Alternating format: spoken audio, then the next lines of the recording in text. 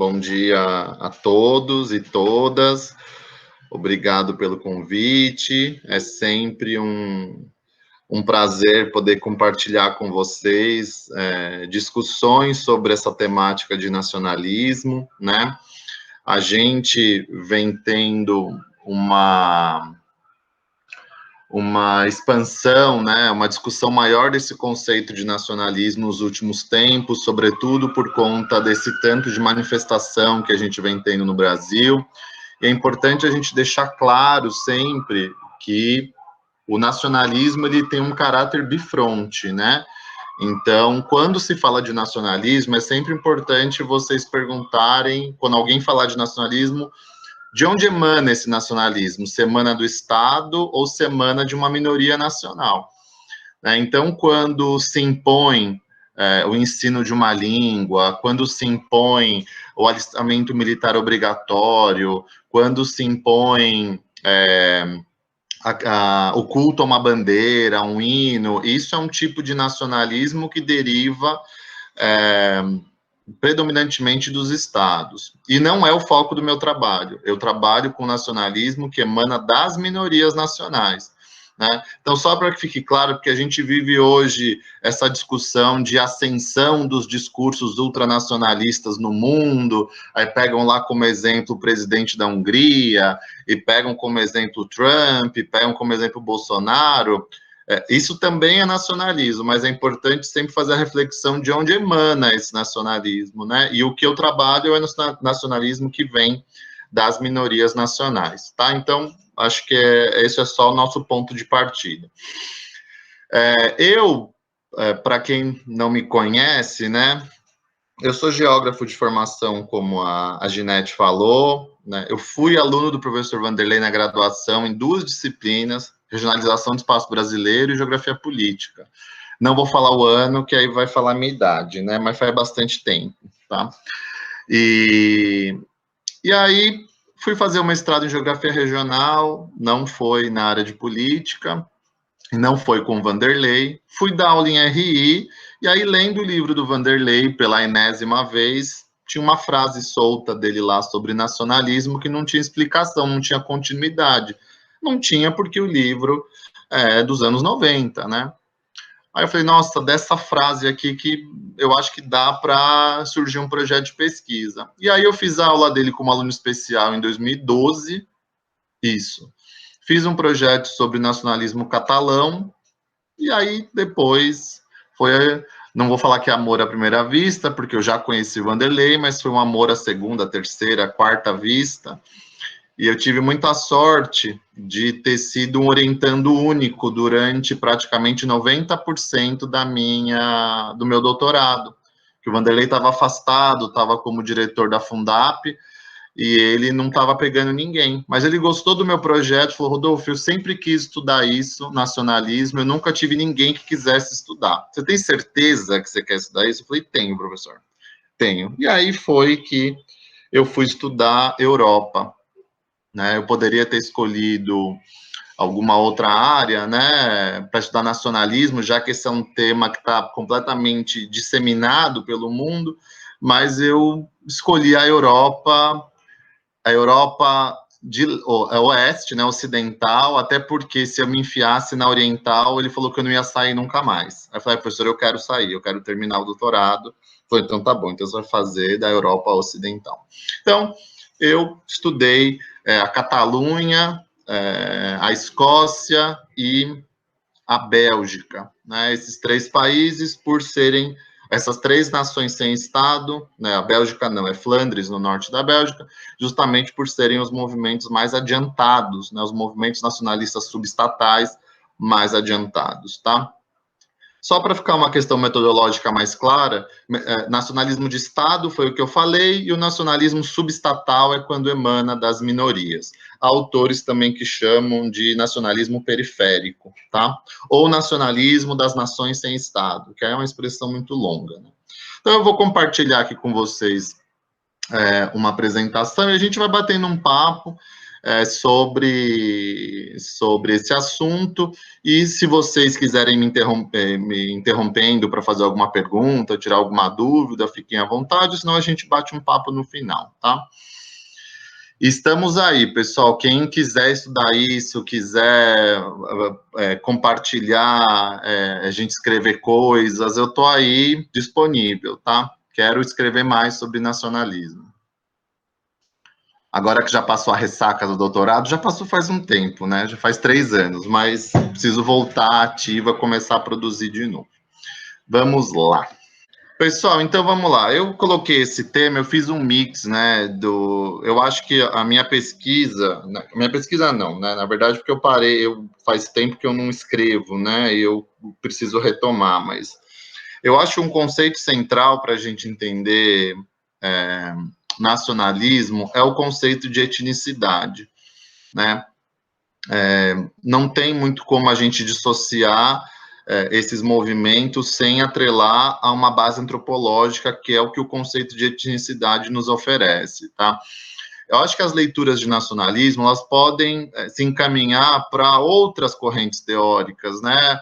Então, vocês abordarem sobre o viés econômico, abordarem sobre um viés sociológico, histórico, então são as várias abordagens, né? Eu, na minha tese, e até por um gosto pessoal e por ter amparado no professor Vanderlei esse meu gosto, né? Eu segui mais para a área histórica, antropológica e menos na esfera econômica, né? Até porque eu tenho muita dificuldade com economia, tá? Tomei uma traulitada na banca do professor Rafael Villa, porque eu tinha ignorado as variáveis econômicas, mas, enfim, a vida segue, né?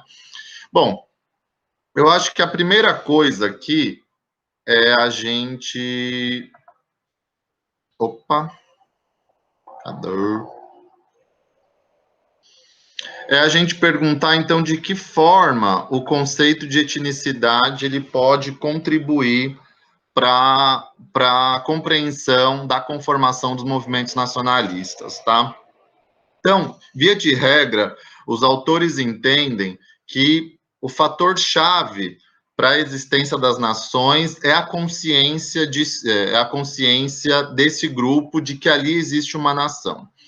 E é importante ressaltar que grande parte dos autores afirmam que as nações existem antes mesmo da consciência daquele grupo de que pertence a uma nação, né?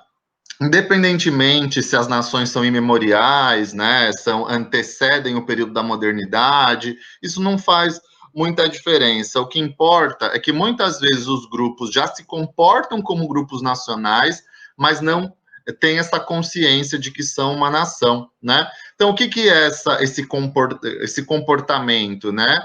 Então, já se entende o que é o eu e o que é o outro, né? Olha, aquele outro não faz parte deste grupo, né? Então, esse eu como grupo e o outro como grupo também.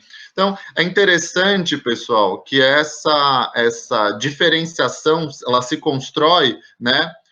E segundo muitos autores, né, a gente vai ter uma construção quase que natural dessa diferenciação, né? Então, o eu e o outro.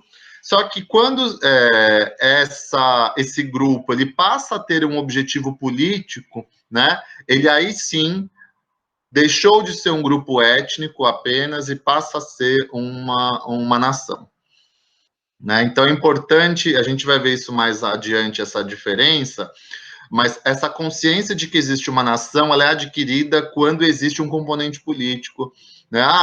Uma questão de autonomia, uma questão de independência, uma questão de autodeterminação, de reconhecimento. Quando isso acontece, ali já se enxerga que existe uma nação, né?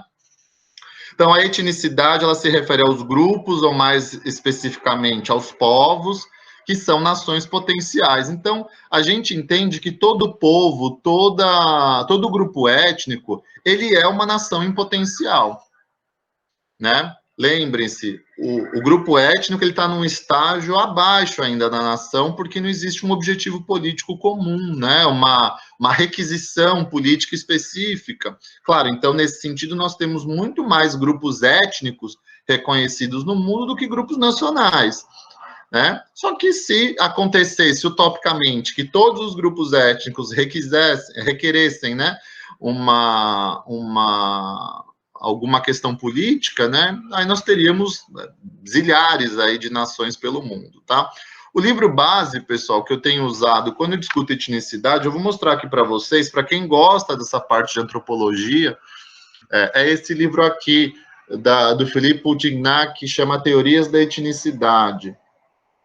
Nossa, eu até fechei aqui agora e vou me perder o que eu estiver falando. Teorias da Etnicidade, é um livro da editora Unesp, gente, é muito bom, tá? E tem um capítulo que chama especificamente Nação e Etnicidade, né? Bom, continuando. Bom, e aí, o próprio Poutignac, ele vai nos propor uma definição de etnicidade que vai falar, em linhas gerais, que a etnicidade ela corresponde a identidades coletivas de todos os tipos, religiosas, associadas ao estilo de vida, às classes econômicas, às próprias utilidades políticas, e elas vão se fundindo, vão se sobrepondo, né? Então, é importante que se entenda que esse conceito é um conceito base para que a gente estude nação, né? Então, é importante, pessoal, que a gente reconheça a existência dessas identidades coletivas através da criação dos símbolos. E aí a gente vai ter depois, mais para frente, o Hobsbawm falando sobre a criação das identidades, né? A criação dos símbolos. Mas é interessante que essa frase, para mim, é fantástica, que os símbolos e os mitos são como guardas da alfândega, né? Ou seja, quando você bate o olho nesses símbolos, nesses mitos, eles são transmitidos de maneira intergeracional, né? Ou na mesma geração, ou em gerações diferentes, é como se ali você tivesse uma sobrevida daquele grupo, né? Então há uma necessidade de criação de símbolos e mitos. O Vanderlei sempre fala nas aulas, nunca brinquem com hino, bandeira, língua e moeda, né? Que são símbolos da identidade de um povo. Claro, isso é o que é geral, é para todo mundo, mas a gente vai ter rituais, a gente vai ter signos que são específicos de cada povo e que os transformam em grupos diferentes dos outros, né? Então, é importante que a gente sempre observe, se a gente for fazer um trabalho etnográfico, né, observar que símbolos são esses, que mitos são esses, né, que rituais são esses, né, que diferencia esse grupo do outro. E aí, o Hobsbawm, mais para frente naquele livro Nações e Nacionalismos, a partir de 1780, né, acho que alguma coisa assim, o nome do livro dele, de capa branca, ele vai dizer que o nacionalismo, como fenômeno da modernidade, né, as nações podem ser imemoriais, mas o nacionalismo ele vai se tornar mais efetivo quando a gente tem a própria concepção de Estado-nação, né? Então, o nacionalismo ele é um promotor da identidade. Porque à medida que o nacionalismo é um conceito político e a etnicidade não é, a etnicidade ela é um conceito da antropologia, da sociologia, mas não da política, né? Mas a etnicidade ela vai acabar sendo utilizada para preencher os espaços vazios do nacionalismo. Isso é outra sacada de mestre, né? Então, percebam, pessoal, que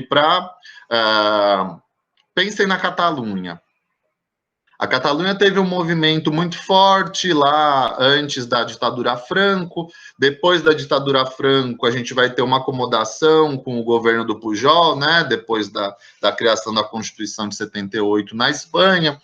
Só que o movimento, ele de fato vai ganhar fôlego, ganhar força, quando se associam duas coisas, né? Em 2010, a crise dos PIGs na Europa, que é a variável econômica, que eu não posso ignorar. Gente, eu falei que eu ignorei na tese, eu não me aprofundei, mas eu trouxe um debate econômico em alguns momentos, tá?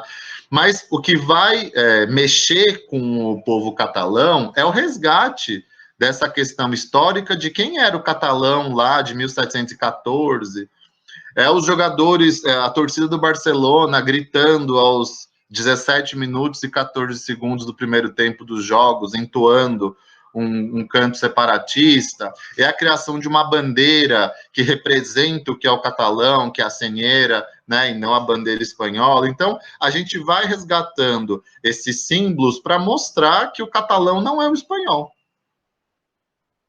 Então, olha só, o movimento nacionalista espanhol, ele vai sendo preenchido por aspectos ligados à etnicidade. E aí a gente vai entender, pessoal, que essa vai ser uma tônica dos movimentos nacionalistas subestatais. De alguma forma, a gente vai se apropriar dessa questão étnica. Algo que não necessariamente vai estar atrelado ao nacionalismo de Estado. O nacionalismo de Estado pode se apropriar da questão étnica? Claro que sim, mas o Estado ele tem por detrás dele todo um arcabouço de normas, regras e leis que facilitam que essas medidas nacionalistas sejam impostas de maneira intergeracional e as pessoas nem percebem. Vocês imaginam lá quando a gente... Eu não estudei, eu não sou dessa fase ainda, mas você tinha lá Educação Moral e Cívica e o SPB na escola, né? Foram 2 décadas, 3 décadas em que essas 2 disciplinas eram ensinadas, né? Então, você está lá ensinando de maneira indireta o que é ser brasileiro, tendo um amparo do próprio Estado que exigia que esses conteúdos fossem ensinados, né? Agora, e as minorias fazem como? Né?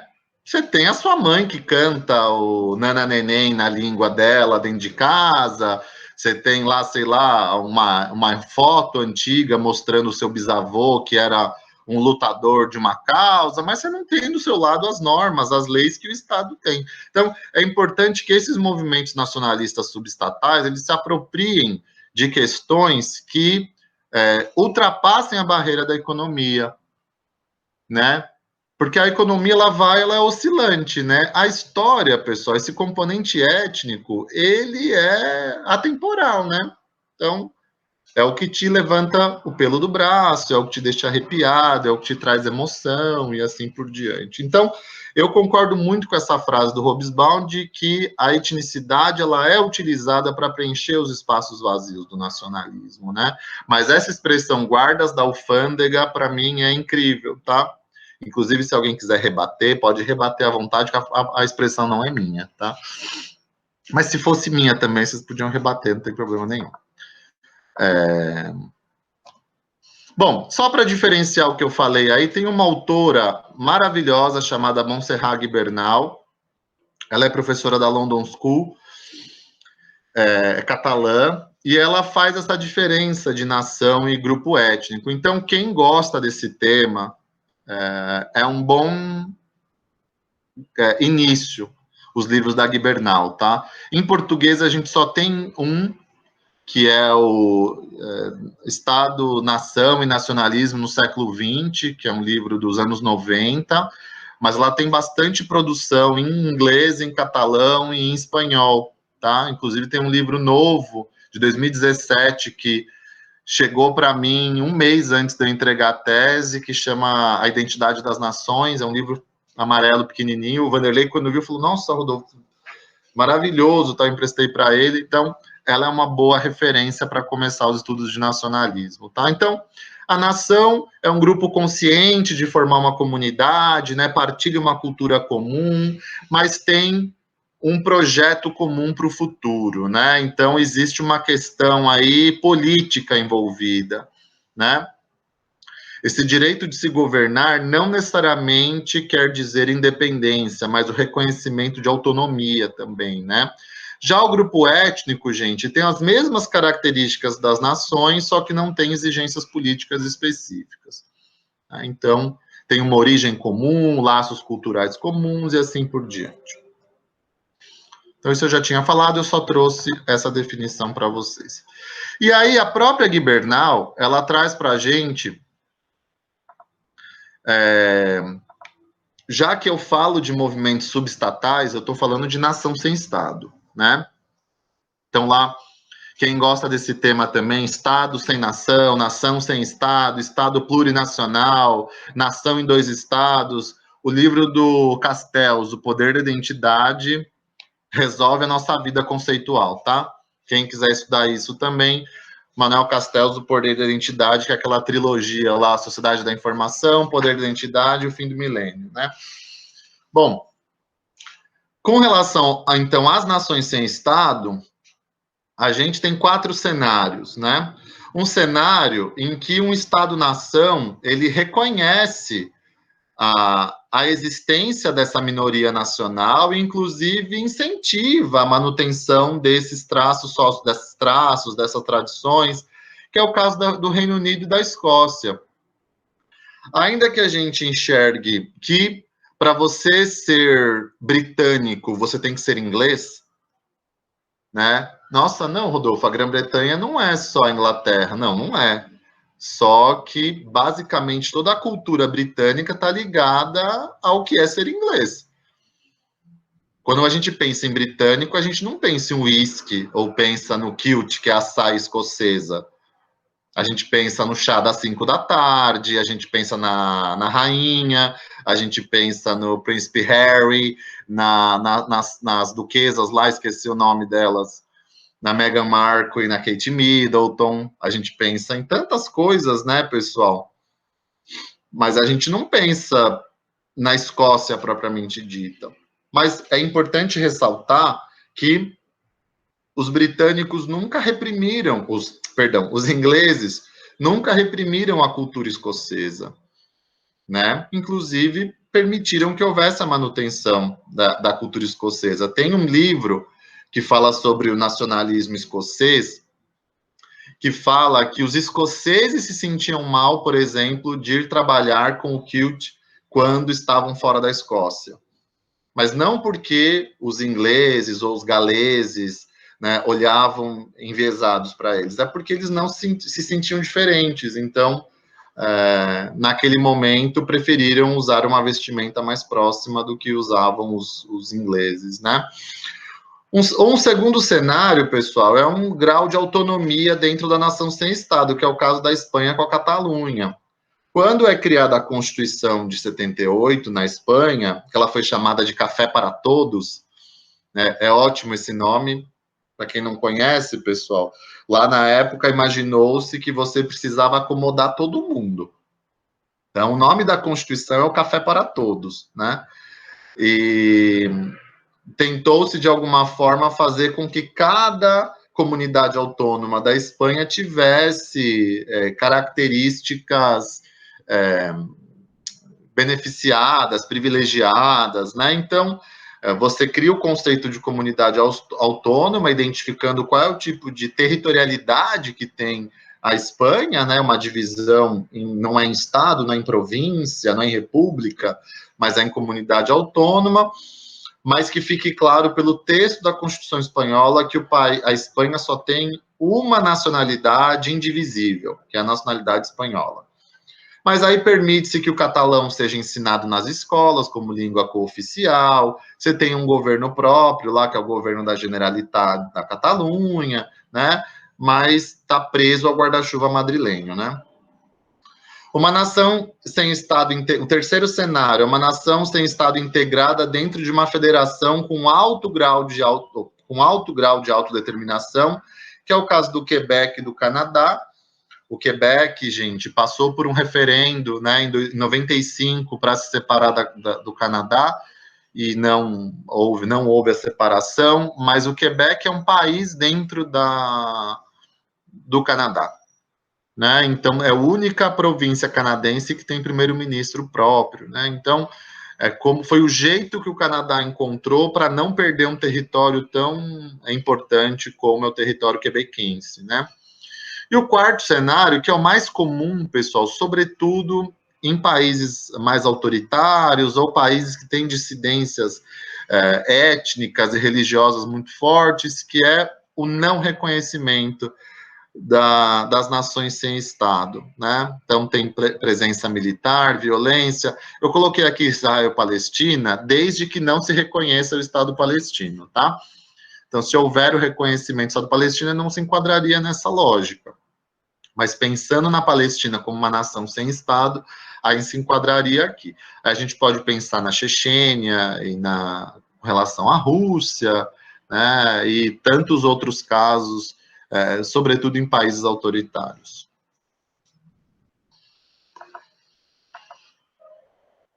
Bom, e aí a gente tem, pessoal, algumas estratégias que as nações sem Estado, ou as minorias, elas colocam em relação aos estados que as controlam, sobretudo quando essa minoria não é reconhecida ou não tem os seus direitos, as suas lutas, né, atendidas. Então, a gente tem o campo da resistência cultural e o campo da luta armada. Nesse campo de resistência cultural, a gente tem as chamadas ações simbólicas, ações de interferência, ações de solidariedade. Eu vou mostrar para vocês alguns exemplos. E as lutas armadas, que são os próprios conflitos, né, das minorias contra os estados que as controlam. Então, um exemplo de ação simbólica, a pichação, né, a criação de algum símbolo que mostre essa insatisfação, essa resistência, tal. Uma ação de interferência, quando você causa a própria desordem, né, ou causa uma mudança da rotina, né, e aí acaba ganhando mídia, acaba ganhando muitas vezes a solidariedade internacional, né, como foi o que a Catalunha tentou o tempo todo. Nossa, tem uns gatos aqui gritando aqui na rua. Não sei se dá para ouvir, se tiver, desculpa, gente. Gente do céu, ó. Então, nesse caso aqui, um caso aqui da Catalunha, um movimento provavelmente num feriado, alguma coisa assim, e uma ação de solidariedade, como esse caso aí da corrente humana do Báltico, né? Letônia, Lituânia e Estônia, 2 milhões de pessoas se deram as mãos para lutar pela separação dos países do Báltico em relação à antiga União Soviética, em 89, né? E aí, algumas outras perguntas que a gente pode fazer. Opa! Eu não estou vendo mais vocês. Aqui, voltou. Agora voltou.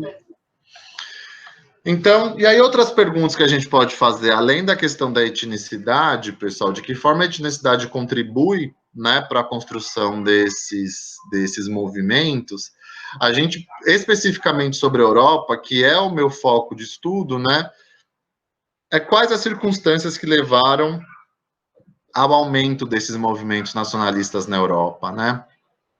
Então, mesmo a Europa num contexto de integração de países democráticos, o que fez com que a Europa fosse palco hoje de tantos movimentos nacionalistas subestatais, né? E por que as medidas que os países vêm desenvolvendo, no caso do que eu estudei, Bélgica, Reino Unido e Espanha, não têm surtido o efeito necessário para acomodar ou para amainar esses movimentos nacionalistas, né? E aí tem alguns mapas, agora acho que vai ser mais rápido, porque tem mais imagem. Esse é um mapa que não é meu, tá? Os outros são da minha tese, mas esse mapa não é meu. Esse mapa é um estudo de 2012, 2013, não sei, que mostra esses movimentos nacionalistas subestatais pelo mundo, né? E aí, quando você olha a Europa está praticamente tomada por movimentos, né? Vocês imaginem que a Europa, tirando a Rússia, tirando a parte russa da Europa, a Europa tem 6 milhões e meio de quilômetros quadrados, né? E 45 países? 45, né? Aí, se você contar os países do Cáucaso, né? Azerbaijão, Armênia e Geórgia, nós chegaremos, acho que a 48, né? Aí mais a Rússia, 49, mas eu estou tirando isso, a gente está falando mais ou menos cerca de 45 países para 6 milhões e meio de quilômetros quadrados. O Brasil tem 8 milhões e meio de quilômetros quadrados, né? Então, a Europa é um continente marcado pela fragmentação. E muita dessa fragmentação deriva desse balaio étnico que é a Europa, né? Então, quando a gente olha lá a divisão do Império Austro-Húngaro depois da Primeira Guerra Mundial, e o tanto de Estado que surgiu com a divisão do Império Austro-Húngaro, o Império, aí um pouquinho do Império Turco-Otomano, né, a gente vai ter uma divisão bastante interessante da Europa, mas poderia ter se dividido em até mais pedaços, né? Você tem ali grupos étnicos na Europa que não tem Estado próprio, né? Mas esse mapa é legal até porque bota o Rio Grande do Sul aqui, ó. Né, o sul do Brasil, o sul é meu país. Aí esse mapa aqui, gente, está na minha tese, que é o que mostra os movimentos nacionalistas na Europa, né? Claro, eu praticamente ignorei a parte oriental, pessoal, porque não era meu foco de trabalho, mas olhem que interessante, a gente está falando de exceção feita à Alemanha, que é um país importante, mas não tem quase nada de movimento, né? Você tem muito incipiente. Na França, na Itália, na Espanha, né? No Reino Unido, a gente tem uma quantidade, na Itália, uma quantidade expressiva de movimentos nacionalistas subestatais, né? E aí esse mapa também está na minha tese, que são as diferentes reivindicações das minorias. Então, quando vocês têm aí o que é o verde claro, é a reivindicação por independência ou anexação a outro país. E o verde escuro é uma reivindicação por autonomia baseada em questões linguísticas ou culturais. Aí, quando a gente faz essa diferença, a gente já percebe que a maior parte dos movimentos nacionalistas na Europa, eles não querem independência, né? Então aí vão se apropriar de aspectos ligados à cultura, à língua, e mais uma vez a gente traz essa discussão da etnicidade, né, ocupando o lugar de protagonismo no discurso nacionalista. A maior parte então está ancorada nesses princípios, né? E não quer independência, mas tem uma parte que quer, que é a Catalunha, a Escócia, a Flandres, aí no norte da Bélgica, que é o que eu escolhi para estudar no meu trabalho. Algumas hipóteses que podem responder, gente, ao porquê que a Europa passa tanto por esse avanço dos movimentos nacionalistas. Então, aí, algumas hipóteses, e eu estou aberto aí para que a gente contribua e discuta outras hipóteses também, né? A centralização das decisões em Bruxelas, que de alguma forma enfraquece os estados nacionais em algumas searas, a crise econômica europeia que se arrastou, né, durante essa década, a pouca participação das nações sem estados no processo decisório, embora a gente tenha partidos políticos ligados às nações sem estados, né, nós temos eurodeputados ligados às nações sem Estado, mas elas não têm poder de decisão, né? O fortalecimento das manifestações nacionalistas de concepção alemã, vocês vão ver no próximo slide essa diferença de concepção alemã e concepção francesa de nacionalismo, mas essa é muito ligada às tradições, ao passado, às raízes, aos ancestrais, ao sangue, né? Aquele princípio de ius sanguinis. Então, basicamente, aqui a gente enxerga com mais força esse preenchimento do discurso nacionalista com a questão da etnicidade, né? A maior confiança dos cidadãos em nível local e regional de governo do que no nível europeu, que está em Bruxelas, né? A resistência à homogeneização e à globalização, e essa é uma outra pauta interessante do nosso tempo, inclusive hoje, com a ascensão do discurso de desglobalização, e a própria crise do Estado Democrático Liberal, que isso, para quem depois lê a minha tese, né, ou teve contato com a minha tese, é o que eu defendo lá no meu último capítulo, que a gente vive uma crise do modelo de Estado Democrático Liberal que ele não dá conta mais desses movimentos nacionalistas, né? Todos esses países que eu estudei são democráticos e ainda assim eles não conseguiram acomodar essas minorias nacionais. Pessoal, não vou me aprofundar aqui, mas só para que vocês saibam que existem duas correntes bastante claras de nacionalismo, tá? Uma que diz que o nacionalismo é uma continuidade de uma etnicidade antiga, Ou seja, as nações sempre existiram e o nacionalismo, então, é um reflexo, né, um movimento ligado a essa continuidade dessa etnicidade antiga. Basicamente, são três correntes: os perennialistas, os primordialistas e os etnossimbolistas. E tem uma outra corrente, que é a corrente que diz que o nacionalismo é moderno, né? Ou seja, que ele só pode existir nacionalismo com a conformação do conceito de Estado-nação a partir da Revolução Francesa e do romantismo alemão. O que eu adoto na minha tese de doutorado é que as nações, de fato, sempre existiram. Pelas minhas pesquisas, eu entendo que as nações sempre existiram, mas é sim com o surgimento do Estado-nação e com as ideias da Revolução Francesa, é que aí a nação vai ter uma dimensão mais política e aí abre-se caminho para o advento do nacionalismo. Tá? Então, em certa medida, eu vou acabar misturando as concepções A e B. É difícil isso, viu, gente? Porque as duas têm princípios muito sólidos e convincentes, né? E aí eu tentei fazer uma mistura das duas correntes. Aqui, essa tabela é conhecida, né, das diferenças de nacionalismo étnico e cívico, mas basicamente saibam que o nacionalismo étnico-cultural é de origem alemã e o cívico-político é de origem francesa. Então, quando a gente fala de raça, de cultura, de tradição, de sangue, a gente está falando de nacionalismo étnico. Quando a gente fala de escolha, vontade, futuro, território, a gente fala de nacionalismo cívico-político. Basicamente, os movimentos nacionalistas hoje mesclam as duas concepções, tá? O que vai definir se ele é étnico ou cívico é o gradiente, né? Se tem mais de um ou mais do outro. E aí, alguns movimentos nacionalistas na Europa. A Córcega é um movimento interessante, né? A Ilha do Napoleão. A Córcega pertence à França. Existe um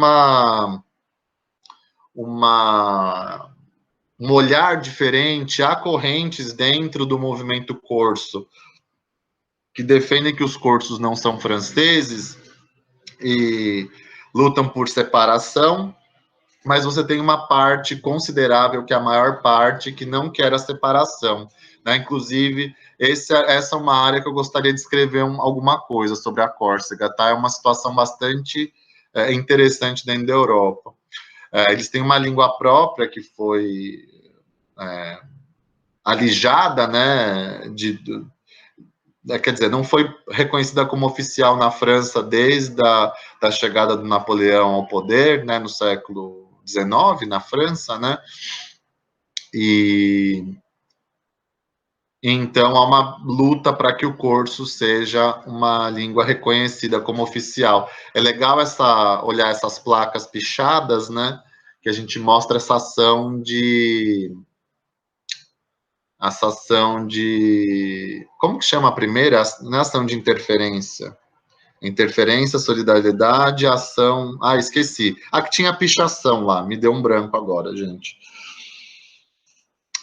Então, você picha e deixa isso marcado que o que está em francês está pichado e só mantém as placas de trânsito com a língua corsa.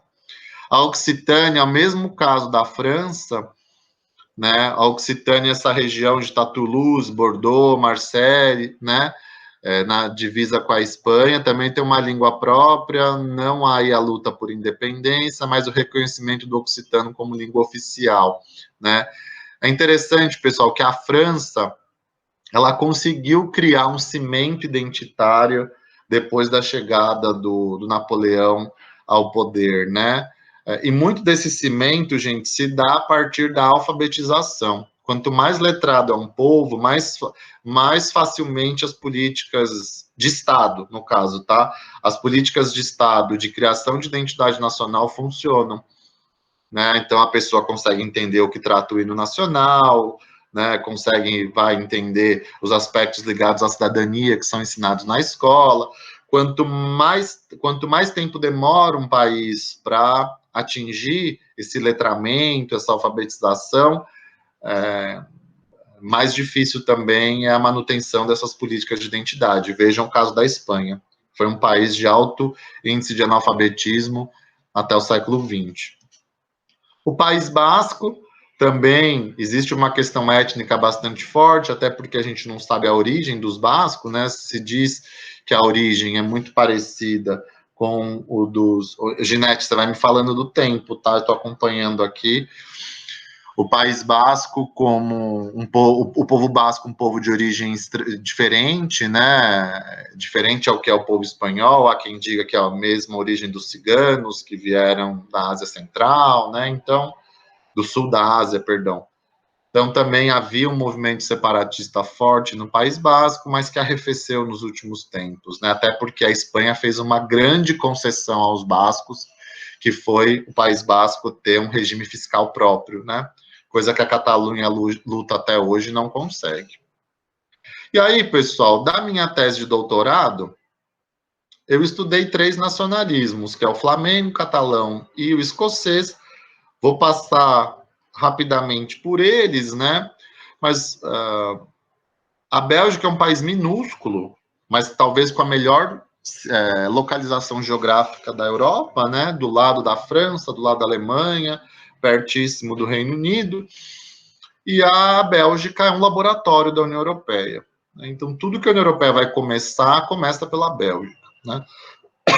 Só que a Bélgica, do que eu estudei, foi o mais legal, o mais diferente, né? A Bélgica se divide em comunidades linguísticas. Ela tem 2 divisões, né? Divisão em região e comunidade linguística, mas a divisão em comunidade linguística é aquela mais fácil de ser enxergada, né?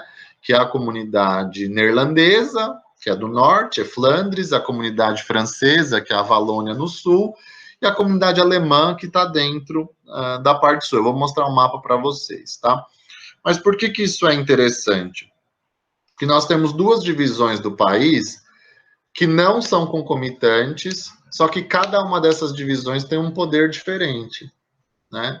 Então, a área de saúde, educação, fica sob o poder de uma desses líderes regionais, e a parte vai de transporte, previdência, sei lá, fica sobre outros líderes regionais. Então, é uma salada a compreensão de como funciona a Bélgica, né? E é interessante também que é um país monolíngue com 2 línguas. O norte fala holandês, o sul fala francês, e eles não se falam, né? E muito disso está ligado às rivalidades entre o norte e o sul que existiam no passado, né? Falar holandês no século XIX era praticamente ser um analfabeto. O camponês falava holandês, né? O holandês era motivo de chacota em relação ao francês e todo o glamour da língua francesa, né? E o jogo vai virar no século XX com o crescimento da parte norte holandesa e o empobrecimento da parte sul francesa, tá? Então, existe, no caso de Flandres, uma força muito grande desse discurso calcado na etnicidade. Inclusive, os partidos políticos do Norte, o Vlaams Belang e o Aliança Flamenga, eles recorrem muito a esse passado para poder justificar uma possível separação da parte norte em relação ao sul, né?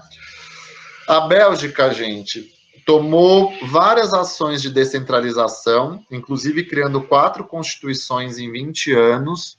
É uma federação, a Bélgica, só que se comporta como se fosse uma confederação.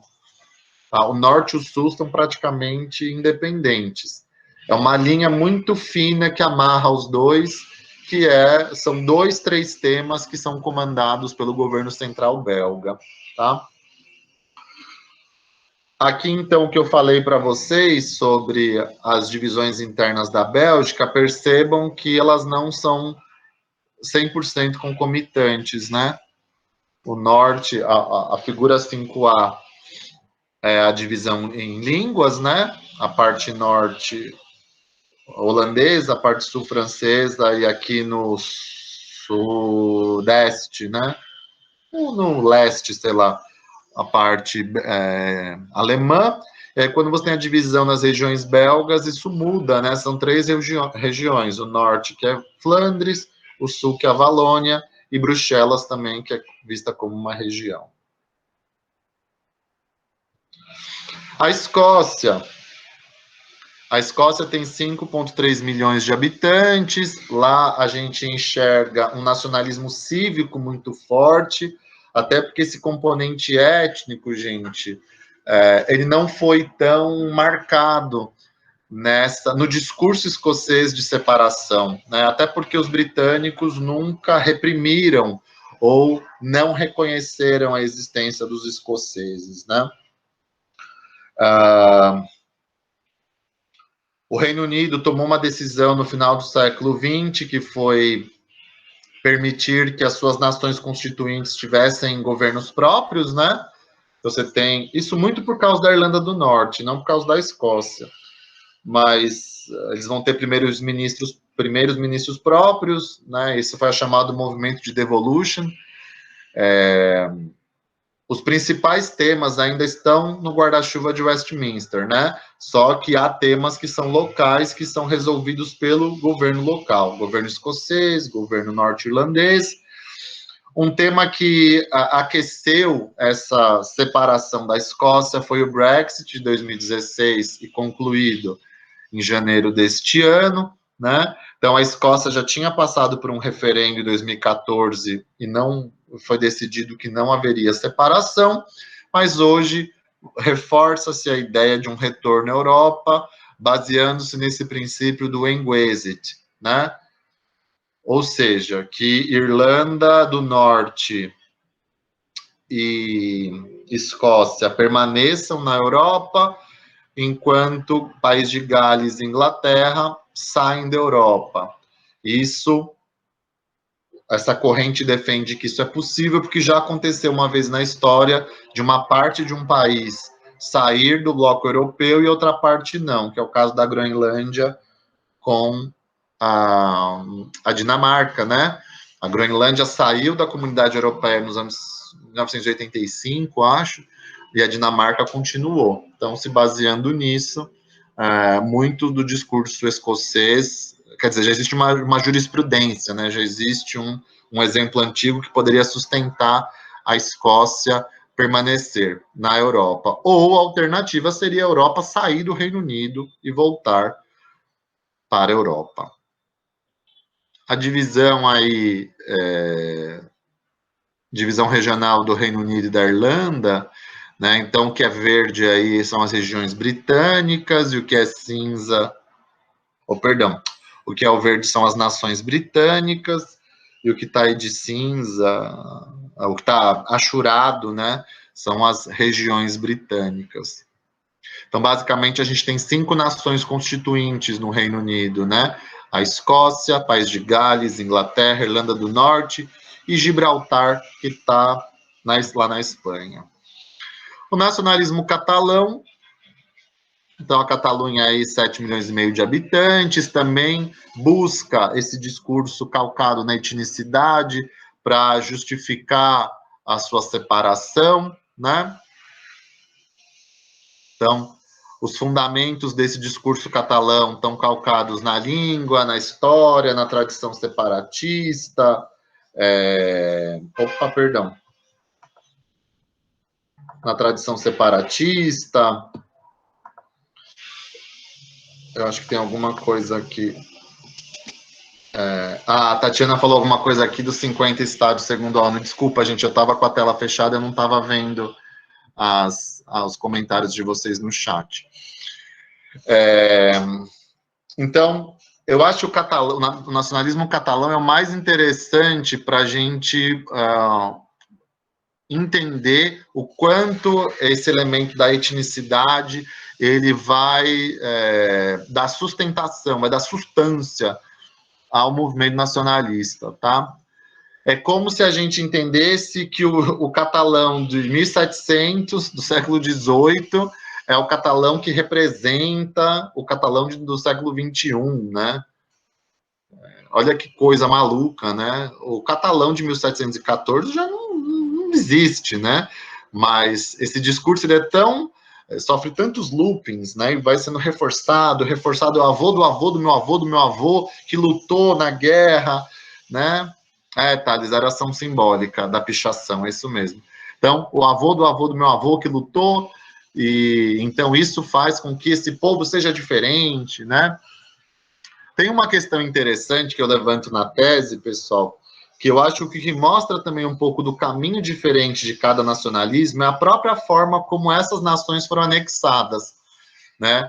A Catalunha foi anexada mediante guerra.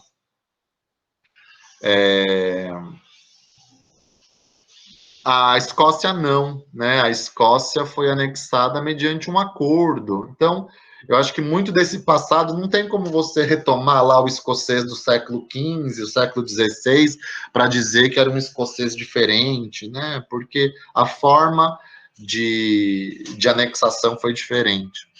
Falei já do Café para Todos, né? Da Constituição de 78, mas um turning point aí para o movimento catalão é a criação do Estatuto Catalão em 2006, que foi negado pelo Tribunal de Justiça espanhol em 2010.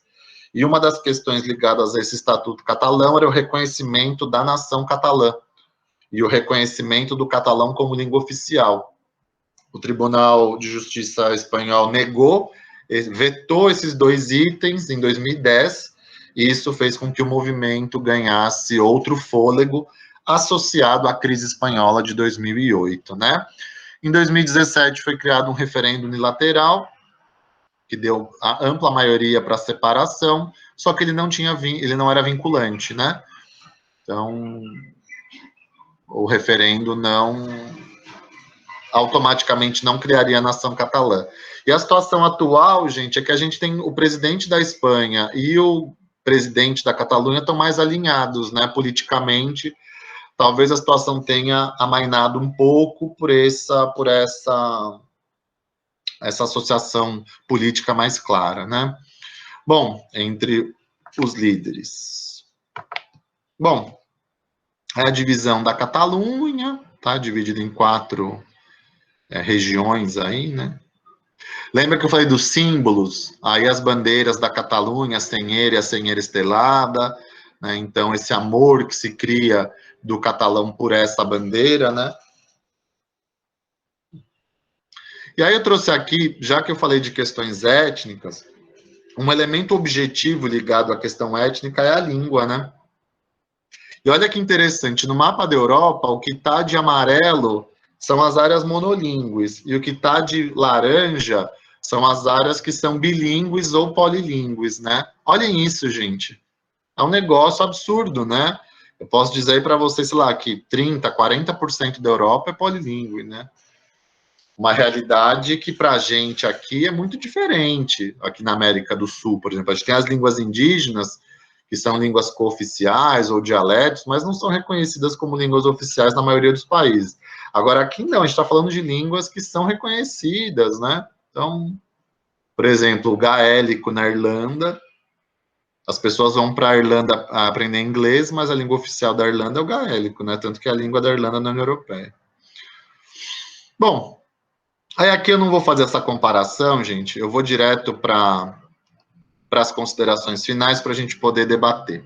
Então, o que importa aqui para nós é que a gente tem 3 cenários em relação às minorias nacionais, ou seja, os governos ou eles ignoram, os estados ou ignoram, ou reprimem, ou acomodam as minorias. Lembre-se, eu estou falando de estados democráticos, tá? Não estou falando de estados autoritários. A história tem mostrado que todas as ações de acomodação das minorias não têm surtido o efeito esperado, ou tem um efeito temporário de uma geração, de 2 gerações, e depois o movimento nacionalista se reforça. A luta identitária tem se transformado em objeto político, e olha que coisa maravilhosa, gente. As minorias nacionais estão fazendo a mesma coisa que os estados fizeram. Ou seja, você cria uma luta identitária para fortalecer aquela unidade, né? Então, você cria uma luta identitária para fortalecer a existência desse movimento nacionalista. Os estados fizeram isso para fortalecer a ideia de uma nação que pertence a um estado, né? Então, a gente os estados criaram elementos para cimentar essas identidades. E, claro, tudo isso transformado num objeto político. E as nações sem estado estão fazendo a mesma coisa, né? A importância política dada ao conceito de etnicidade, lembre-se que o conceito de etnicidade não é político, mas ele se transforma num conceito político quando abarcado, né, pelos movimentos nacionalistas. A questão da economia, né, eu defendo isso e sei que posso ser massacrado, mas a economia, ela é um elemento propulsor, só que ela não pode ser a única resposta para os movimentos nacionalistas, tá? E para finalizar, do que eu estudei na tese, se essas 3 nações sem Estado, Flandres, Escócia e Catalunha, conseguissem independência, e outros tantos exemplos que eu dei para vocês, a gente teria uma balcanização da Europa. Esse termo balcanização é bastante massificado na geopolítica, né, e nas RIs. Então, você teria a formação de dezenas de pequenos estados, e isso acabaria dificultando ainda mais o processo de integração europeia, né? Então tá aí o meu e-mail, gente. Desculpem a correria, eu falaria disso aqui uma tarde inteira com vocês. Obrigado.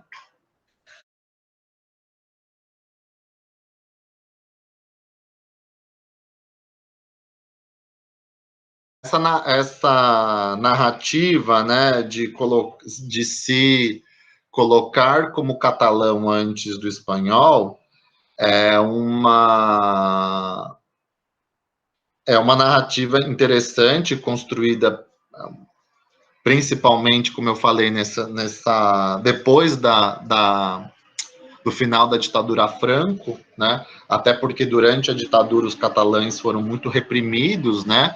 A própria literatura catalã foi bastante condenada. Nós temos uma geração de catalães que não fala catalão, né? Porque era um crime você falar catalão durante a ditadura, né? Mas é interessante o quanto, nos últimos 20 anos, esse discurso de ser catalão ganhou muita força. E não que as pessoas antes não se viam como catalães, mas o próprio governo catalão, do Pujol, que foi, inclusive, quem comandou a Olimpíada de Barcelona, lá em 92, que transformou Barcelona, né? Foi um discurso mais de apaziguamento, de conciliação, né? É no século XXI que a gente vai ter esse acirramento das diferenças da Catalunha com a Espanha, né? Então, eu acho que os catalães fizeram um bom trabalho aí, as lideranças catalãs nos últimos anos, de fortalecer essa ideia de que nós somos catalães antes de sermos espanhóis, né? E você perguntou se eu entendo, queria saber de você, se você entende fator econômico. Sim, eu tenho com certeza. A Catalunha é a região mais rica da Europa, né? A comunidade autônoma mais rica da Europa. Então, eu acho o componente econômico, e baseando-se muito no que o País Basco viveu de um regime fiscal próprio, a Catalunha também gostaria que isso acontecesse, até para que os impostos arrecadados lá ficassem na própria Catalunha, né? Coisa que eles dizem que hoje não acontece, que é uma má distribuição dos impostos arrecadados.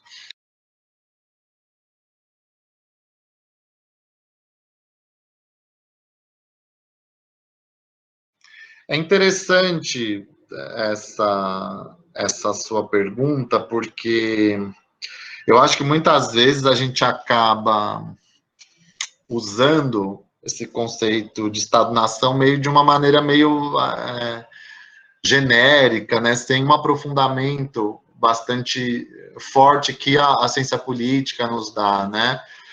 E eu já li tantas vezes coisas ligadas a Estado-nação, Estado Nacional, que eu falo, gente, mas essas definições estão muito fora do que os parâmetros da ciência política têm nos oferecido, né? Então eu acho que sim, há uma discussão um pouco rasa, assim, sobre esses conceitos na academia.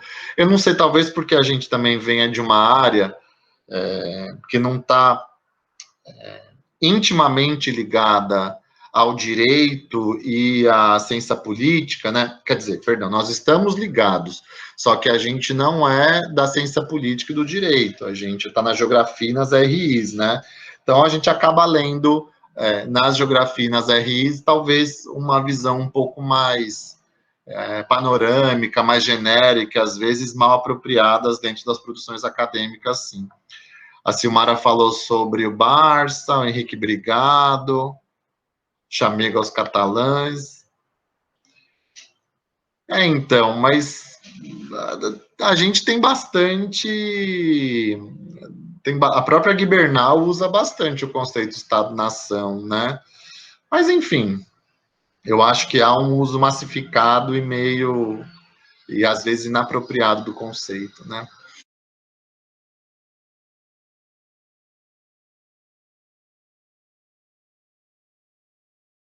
Com certeza é um risco às democracias, até porque, conforme eu disse, eu acho que o Estado democrático liberal ele não está conseguindo mais dar conta desses movimentos, sobretudo esses movimentos ligados a uma concepção mais étnica de nacionalismo, né? Então, quando você olha a leitura dos gaúchos, né, que eles não são brasileiros, que eles são um povo, enfim, mais evoluído, mais desenvolvido, o Sul é meu país, e essas coisas todas, você percebe uma apropriação bastante clara desses elementos ligados ao nacionalismo étnico-cultural, né? O que é recorrente entre muitos desses movimentos nacionalistas subnacionais.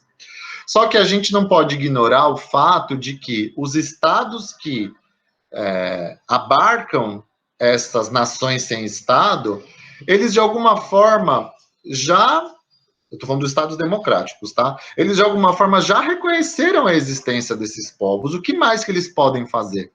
O que o Brasil, supondo que o movimento gaúcho fosse um movimento avançado que estivesse próximo a conseguir uma separação, o que o Brasil pode fazer? O Brasil é uma federação que alguns elementos já são autônomos do Rio Grande do Sul, do Paraná e de Santa Catarina, né? A cultura deles pode ser cultuada sem nenhum problema. Você tem feriados que são locais e não há nenhuma repressão do governo federal para que esses feriados não fossem comemorados, como, por exemplo, no Sul, lá o dia da Revolução Farroupilha, sei lá o quê, né? Então, o que o país podia ter feito, ele fez.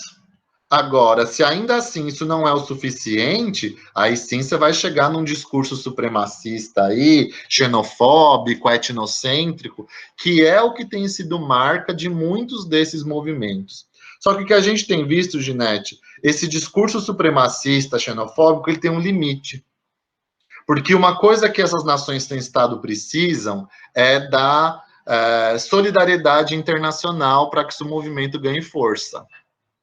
Então, eles acabam, muitas vezes, mudando um pouco a tônica do discurso para poder ganhar simpatia, ganhar solidariedade, ganhar a sensibilidade de quem está de fora.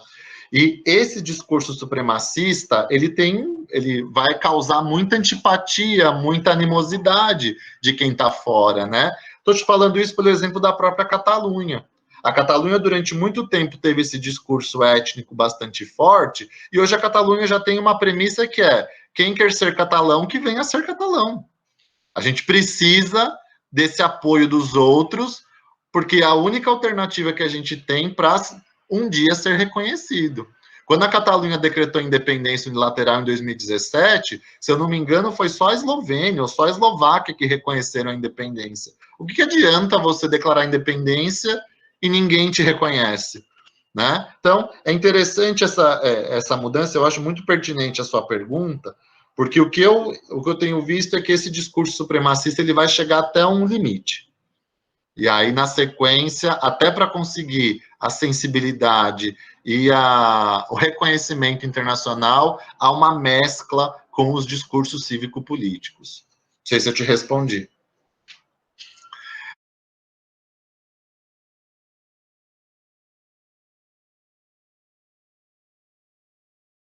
Então, Diana, nos 3 casos que eu estudei, nós não chegamos à luta armada. né? A Catalunha, a Espanha, a Catalunha, a Escócia e Flandres, é, nunca se pensou, nunca foi forte o discurso de uma luta armada. A gente tem mais claramente os exemplos de luta armada nos países que são autoritários.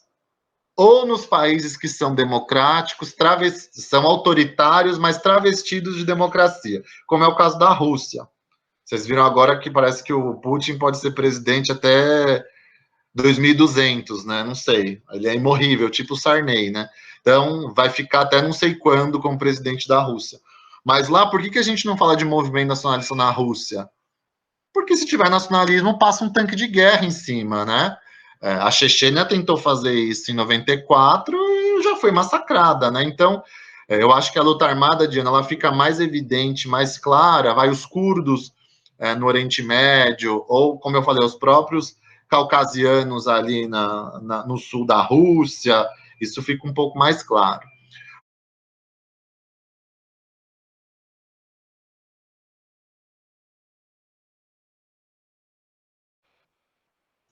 Totalmente, Inácio, fracassou. A democracia não deu conta, o Estado Democrático Liberal não deu conta do reconhecimento do outro como grupo político, como grupo nacional, como uma minoria que tem que ter seus direitos atendidos. Ficou uma situação de não é conformismo a palavra certa, de comodidade, né?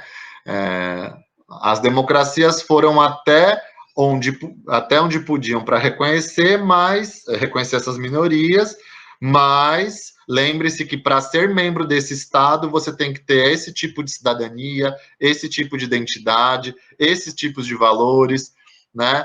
Então, de alguma forma, você tem o multiculturalismo que está travestido mesmo de um autoritarismo.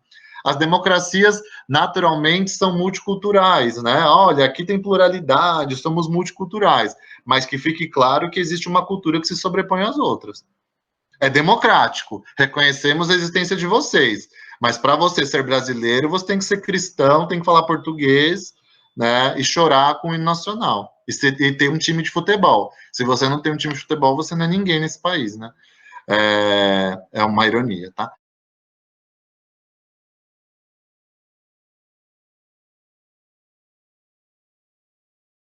Eu acho que sim, não tem uma resposta fechada para isso. Estava aqui pensando, né? Que talvez a gente seja hoje, pensando lá numa definição do NAI, que ao invés de nós sermos uma aldeia global, que é o que muitos teóricos da globalização defende, a gente nesse momento, nós somos várias aldeias globais que se percebem mais, né? A gente consegue se perceber mais em função de mais acesso à comunicação, em função do aumento das migrações internacionais. Então, talvez se antes a gente vivesse dentro de um espectro, né, mais consolidado de grupos, né? Então você tem lá os grupos separados territorialmente, né, por fronteiras étnicas que não convergem com as fronteiras políticas, tal, mas havia uma segmentação, uma segregação maior. Hoje, com o que você bem disse, do avanço das comunicações e das migrações internacionais, que a gente acaba tendo contato mais com os diferentes, talvez esse próprio conceito de nação ele vai ter que ser revisto mesmo, porque você imagina que hoje o que é a identidade de um povo, né? O que é, já que a base da nação é a identidade nacional, como que você delimita a identidade de um povo que a cada dia que passa sofre mais interferência do que vem de fora?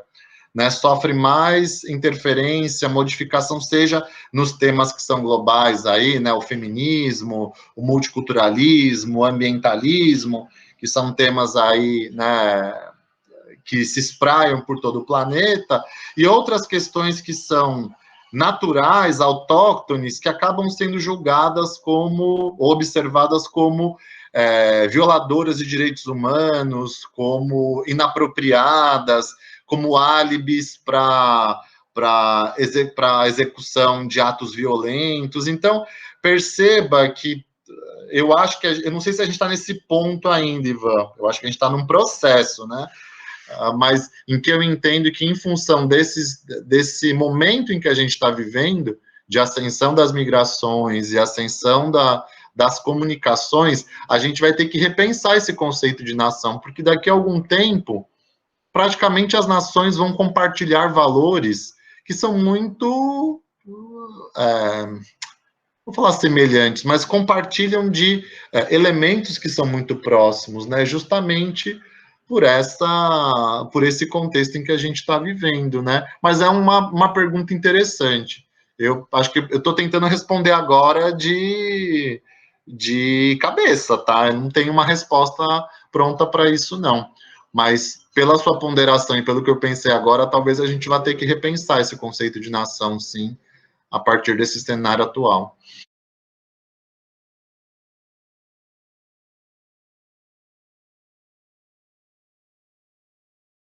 Lembra que eu disse lá na apresentação que eu acho que as nações, elas, em certa medida, quando você tem a consciência de formar parte de um povo, né? Quando se sabe de uma origem comum, quando se sabe do ancestral, do sangue, né? Eu acho que isso já é um elemento que norteia a existência de uma nação.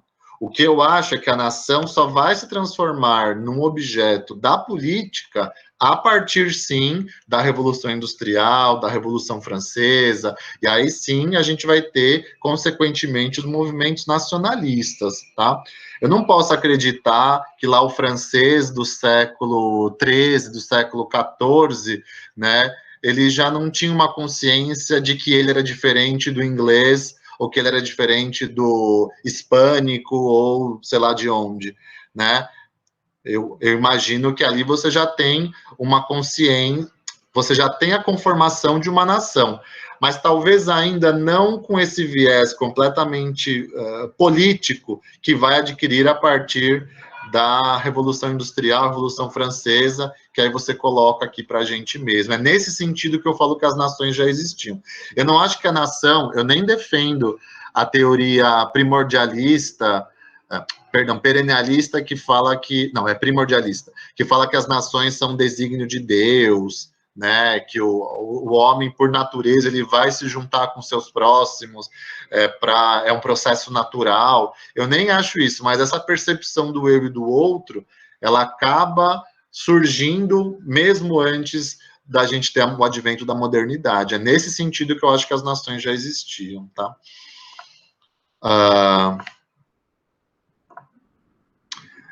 Então, pensando aqui na América Latina, os índios, né, eu entendo que todas as comunidades indígenas são, ou melhor, a maior parte delas são nações sem Estado. Você pensa nos Yanomamis, um povo com uma língua diferente, com um modo de vida, rituais diferentes, né? Tem um território próprio ainda que é comandado pelo Estado brasileiro, né? Então, eu entendo que são, sim, só que eles não estão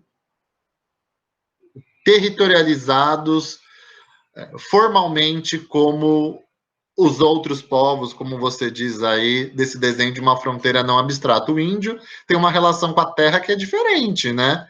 Que a nossa, mas eu acho que esses povos, sim, os aimarás, os quechuas, né, os tupis, enfim, eu falei dos yanomamis, todos eles se enquadrariam nesse conceito de nação sem Estado. Matheus, uma pergunta que foge um pouco do conteúdo. Eu estava falando dos indígenas aqui, né? Eu acho que eu não sei se eu respondi isso na pergunta do Alexandre aí sobre os índios, Matheus. E eu acho que os próprios índios a gente vai ter essa. Eu não sei, pessoal, se a gente usa a palavra índio, indígena como sinônimo, né? Existe uma diferença aí dentro da antropologia, né? Que o índio é ao contrário do branco e do preto, né? E o indígena é o que tem contato com a terra.